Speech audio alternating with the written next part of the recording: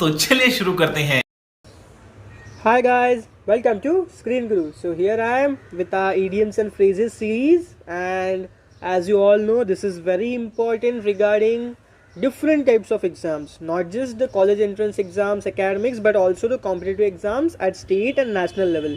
Because English is a very important part, right? And very easiest as well as the most scoring section is of the idioms and phrases, because these are limited as compared to vocabulary and grammatical things, right? So please make sure, if you have any question in the exam related to idiom and phrases, right usage or correct usage of the idiom or phrase or the meaning, please make sure you don't make any error into it. Okay, so I have already uploaded idioms and phrases starting with A as well as B, and there is also an intermediate as well as the basic grammar series which has been going on. Okay, so please do make sure you complete this foundation. Okay, that grammar series is very important for the grammatical questions that are an important part of exams like CDS, FCAT, in your academics, in your school boards, etc.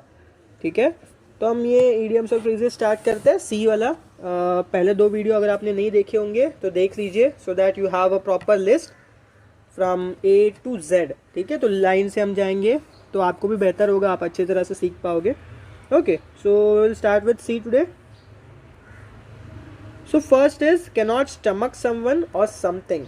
ठीक है, so stomach का meaning यार आप tolerate लगा लीजिए। ठीक है, stomach means tolerance. Hindi में भी बहुत बार यूज़ किया जाता है। ये जो पेट होता है ना, हम पेट को कैसे सिग्निफाई करते हैं कि if you are stomaching something, it means you are tolerating something. Fine, so देखिए यहाँ stomach की वजह से ये tolerate शब्द आ गया। Cannot stomach someone or something. In the literal sense, stomach means tolerant, and to endure someone means कोई irritate कर रहा है तो आप उसको tolerate कर रहे हो. That is stomaching someone. Moving ahead, a can of worms. Now worms signify irregularity, right?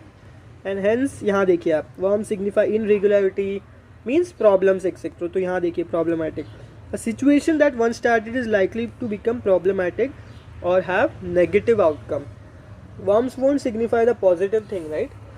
Apart from, if you are a human being, worms are not a good sign for you. ये मच्छी वगैरह के लिए worms good sign होती है, तो ये तो negative है ना for the human kind worms, तो इसीलिए आप उनको negative वे में negative उसका meaning होता है जब भी worms कोई idiom या phrase में यूज़ किया जाता है। ठीक है, I have already told you how to signify. मैं हर सेशन में बताता हूँ कि पॉजिटिव, नेगेटिव, न्यूट्रल, ये ध्यान दे के आप जज कर सकते हो अगर आपको पता नहीं हो तो भी। ठीक है, तो लिटरल सेंस से स्टार्ट करना है, तो आप ध्यान दीजिएगा मैं जो भी बोल रहा हूँ, वरना यार ये तो PDF में डायरेक्ट सर्च कर दूंगा ना मुझे मेहनत करने की ज़रूरत, ना आपको देखने की ज़रूरत है। But the thing is, whenever you try to learn something, make notes out of it while listening and while following some particular video or while following some particular channel, you try to learn better and for the longer time. Can't cut the mustard. राई को काट सकते हो क्या आप? Practically आप काट सकते हो लेकिन वो ह्यूमनली पॉसिबल नहीं है ना। मतलब आप अगर उसको साइंटिफिक वे से अगर उसको एकदम पकड़ के रखना है फिर काटना है तो that is possible, but in the literal sense अगर आपको डायरेक्ट बोला जाए तो वो ईजी नहीं है, that is far more difficult. And hence can cut the mustard means someone who isn't advocate to compete or participate. मतलब वो advocate नहीं है, वो enough नहीं है। मतलब अगर कोई लोअर स्टैंडर्ड्स का, जैसे कि लोअर स्टैंडर्ड का 5th 6th का बच्चा अगर वो बोले कि मैं 10th एग्ज़ाम देना चाह रहा हूँ, but he has no particular prodigy or he has no particular knowledge about the 10th syllabus etc. So he is not advocate, right? He is not enough. Hence, that is what is meant by can't cut the mustard. Can't see the woods for the trees. It means cannot see, understand, or focus on a situation in its entirety due to being preoccupied with minor details. Can't see the wood for the trees. देखिए, अगर आप tree देखने रह गए तो आप would miss कर रहे हो, इसका लिटरल मीनिंग ये होता है हिंदी में, right? So cannot see something which is needed due to being preoccupied with minor details. आप माइनर डिटेल्स में फंस गए और जो बड़ी चीज़ है वो देख ही नहीं पा रहे हो, राइट? आपको कहा गया था कि यार ओशन ढूंढो, लेकिन आप तो सिर्फ पानी देख रहे हो। समझ रहे हो आप मैं जो बोलना चाह रहा हूँ? So that is what is this particular thing means, this particular phrase means. Moving ahead, carried all before once. Now this is simple, very simple, literal meaning से आपको पता चल जाएगा। To overcome all obstacles, to have uninterrupted success. Carried all before once, सबसे fast मतलब uninterrupted, without any challenges, without any obstacles. और अगर obstacles है तो उसको ओवरकम करना। This becomes very positive, right? It sounds positive whenever you are reading something. आपको vibes आते हैं ना पॉजिटिव, आजकल ये बहुत चलता है ना, good vibes, bad vibes, positive vibes, negative vibes. तो यार वाइब आती है यहाँ पॉजिटिव वाली। Carried off his feet, now carried off his feet means to fill with enthusiasm. कोई उड़ रहा है, अभी वो तो हिंदी में उसका नेगेटिव मीनिंग होता है कि he is trying to boast himself, but here it gives you a positive vibe. Carried off his feet means he is carried off, he is so much with pride that he is walking in the air, that is enthusiasm. Enthusiasm means happiness, basically. Happiness and pride of achieving something. Moving ahead, carrot and stick. ना carrot and stick मतलब आपने ये गधे और carat वाली story तो सुनी होगी ना। गधे को आप कैरेट दिखाओगे तो वो चल काम करने लग जाएगा। That is the same thing. Motivational technique that uses a reward and punishment system to encourage improved performance or behavior. Now carrot signifies reward and stick signifies punishment. जैसे होता है ना नॉर्मली, अगर आप किसी को डांटते हो तो दैट इज पनिशमेंट, लेकिन कैरेट मतलब अगर उसको कुछ पसंदीदा चीज़ दोगे तो दैट इज रिवॉर्ड। ये दोनों चीज़ों से आप किसी से भी काम करा सकते हो। Carry someone away, now that means filled with emotion. Carry someone away, that means emotion, filled with emotion. This is something different. Star market, filled with emotion. The fervor of speech carried away the whole crowd. Carried away the whole crowd. Carried away means वो पूरा लहर जैसा लेके गया. So what does that signify? Emotions, feelings. Moving ahead, carve out a niche. Carve out a niche. If you carve out a niche or carve out a niche for yourself, you create a role or opportunity for yourself. इसको यार नीचे पढ़ते हैं शायद, अगर मैं गलत spell कर रहा हूँ तो कमेंट सेक्शन में मुझे बताइए, ठीक है? आई थिंक समथिंग इज क्या बोलते हैं, कोई साइलेंट वर्ड होता है इसमें, तो नीचे पढ़ते हैं या कुछ और पढ़ते हैं पता नहीं यार, मुझे बता देना कमेंट सेक्शन में. If you carve a niche or carve out a niche for yourself, you create a role or opportunity for yourself. Of course, carve out a niche मतलब एक पर्टिकुलर नीचे, जैसे कि अभी आप हमारे यूट्यूब चैनल ही ले लो, हम एजुकेशनल कंटेंट बनाते हैं, तो whatever is related to learning, knowledge, education, exams, academics, that all things you will find on this particular channel. लेकिन आपको एंटरटेनमेंट वगैरह वो फन वगैरह मैं ऐड करता हूँ, लेकिन that is not our niche, right? Our vlogging is not a niche. So this is a particular niche. It means I have created a space for myself on the YouTube through our journey. That is the through a specific thing that is educational.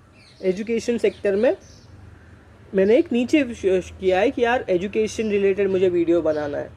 YouTube का बाकी सब भी types है ना, जैसे कि entertainment, vlogging, moto vlogging, travelling etcetera. So other niches में सब जगह में पूरे यूट्यूब में मैंने एक छोटी सी जगह ली है, that is carving out my niche, carving out our channels niche. Moving ahead, cash cow, investment that generates a large or consistent profit. Of course cash is positive, something which will be stating positive. Cash cow आपको literal meaning से पता चल रहा है. If someone is said to be or something is said to be a cash cow, it means it is generating huge amount of profit. Cow signifies profit. ये mythology में भी as well as in the English, cow is also always signifies profit, prosperity. That is signified by cow. Remember that. Cast iron stomach. Now this means iron stomach again. The ability to eat foods that other may find unusual, unpalatable or too spicy. Cast iron stomach. इसका पेट लोहे का है in the literal meaning, right? So it means literal meaning से आपको पता चल गया, इसका पेट लोहे का. अगर मैं ऐसे कह रहा हूँ तो what does that mean? It means that that person can eat anything. जो कि एक नॉर्मल आदमी को मतलब लगे कि यार पेट खराब हो जाएगा, ज़्यादा ही स्पाइसी है, ज़्यादा नमक है, पानी ज़्यादा हो गया, बहुत सूखा है. बट किसी का अगर हम बोल रहे हैं कि यार इसका पेट तो पत्थर क्या ये आयन जैसा है, तो it means that person can have that food. That person has that capacity. Cause a steer means irregularity, confusion, right? तो देखिए, to create an atmosphere of excitement or great interest. Excitement, steer signifies excitement. Here cause a steer is positive. Steer means confusion, excitement, irregularity. That is what is steer. तो इसीलिए उन्होंने steer को कैसे signify किया है, great interest and excitement से. तो here it becomes positive, but it also depends on the sentence. Okay, a speech by a politician caused a stir in the local environment. It means it can also be of the negative thing. जैसे कि अगर उसने कुछ communal hatred वाला speech दिया होगा या फिर कोई कास्ट से अगेंस्ट स्पीच दिया होगा, so that will create a stir. You can use that idiom over there, but it will be in a negative way. So it is positive as well as negative. Make sure you get an idea about the statement before. Chapter and verse. Chapter and verse मतलब यार मैंने I have gone through the book through chapter and verse. It means मैंने thorough exact detail में पढ़ी है वो पूरी book. ऐसा नहीं कि ऊपर ऊपर से चले गए. The precise authority. Chapter and verse means detail. It signifies detailed. Moving ahead, chase rainbows. To constantly pursue things that are unrealistic or unlikely to happen. Now rainbows is a virtual thing, right? उसको आप पकड़ नहीं सकते हो. You can create rainbows. मतलब आप अगर वो conditions पूरे follow करोगे, तो conditions आप अगर वो बनाने की कोशिश करोगे, तो then you can create rainbows, but you cannot catch them, ना? So that is what chasing rainbows means, to do something that is unrealistic. आप पकड़ तो नहीं सकते रेनबो को, आप वहाँ जाके खड़े रहोगे आपको दिखेगा नहीं, वो एक पर्टिकुलर एंगल से देखोगे तभी रेनबो दिखेगा आपको, राइट? आप दूसरी जगह से देखोगे तो वहाँ तो रेनबो नहीं होगा. That is because of reflection, refraction, dispersion, ये सब जो चीज़ होती है लाइट के, वो सब की वजह से वो रेनबोज बनते हैं ना अलग अलग एंगल्स पे. सो इसीलिए वो unrealistic, that is unlikely to happen, to constantly pursue that things. Moving ahead, chew someone out. Chew someone out, इसका लिटरल मीनिंग देखोगे, चीव समवन आउट, मैं चबा लूंगा तुझे. It means to verbally scold someone. कोई झगड़ा हो रहा है, इट सिग्निफाइज क्वारल, राइट? ये मैं लिटरल सेंस में कब लूंगा, जब मैं किसी को बोलूंगा मैं चबा लूंगा तुझे, ठीक है? So that is verbally scolding someone. It means there is some quarrel, there is some negativity over here. Moving ahead, chicken out something. It means to refuse to do something due to fear. Chicken signifies fear again. Chicken out something. To refuse to do something out of fear, real or perceived. He decided to join a karate class but chickened out of it at the last moment. Chickened out of it means got out of it. Refused to do due to fear. Chicken signifies fear here. Okay? Moving ahead, chime in, to join in a discussion about something, to offer one's thought or to offer one's thoughts. Okay, chime in means to get into something. To get into something means to give your opinions. Like कोई debate वगैरह चल रहा है, आप बीच में जाके कुछ अपना points दे रहे हो, so that is your chiming in that particular group. It means to join a discussion or to offer one's thought. Moving ahead, chop and change. If you chop and change, you constantly change your opinions, plans or methods and often cause confusion.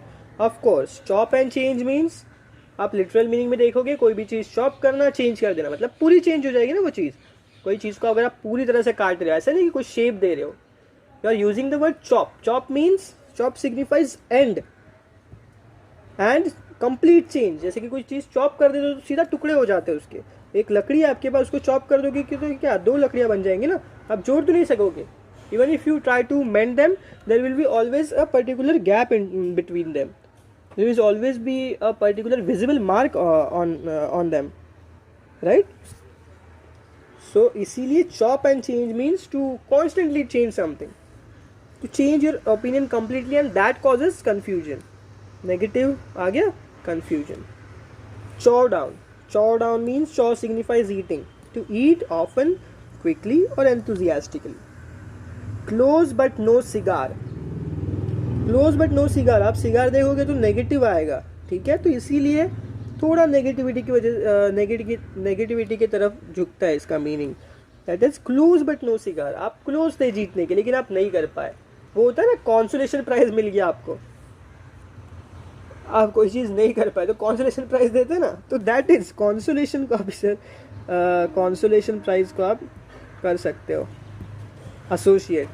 Close but no cigar means a consolation prize, that is an effort to do something which was a good attempt but not quite good enough to succeed or fall just short of a successful outcome, of course. So that's all idioms and phrases starting with C. I will be sharing this PDF on the Telegram channel as well. If you haven't joined us on Telegram, Instagram, please do join us. On Instagram you will get different types of memes, updates before everything. Thereafter on Instagram you will get all the content related things, the PDF, quizzes, quiz competitions, daily questions, etc. That will be all on the Telegram as well as on the YouTube as is our main channel. You will get thorough content over it. Okay, so that's all for today. That's Screen Guru for you. Have a great time ahead. All the very best. A few inches later. भी परेशान हो गए, हम भी परेशान हो गए। करो फिर, हमारी पावर है। जब तक हम कह रहे थे करो करो करो करो तो कह रहे थे तुम करो, आज हमने कर दिया तो कह रहे हम करेंगे, तो करो ना भाई।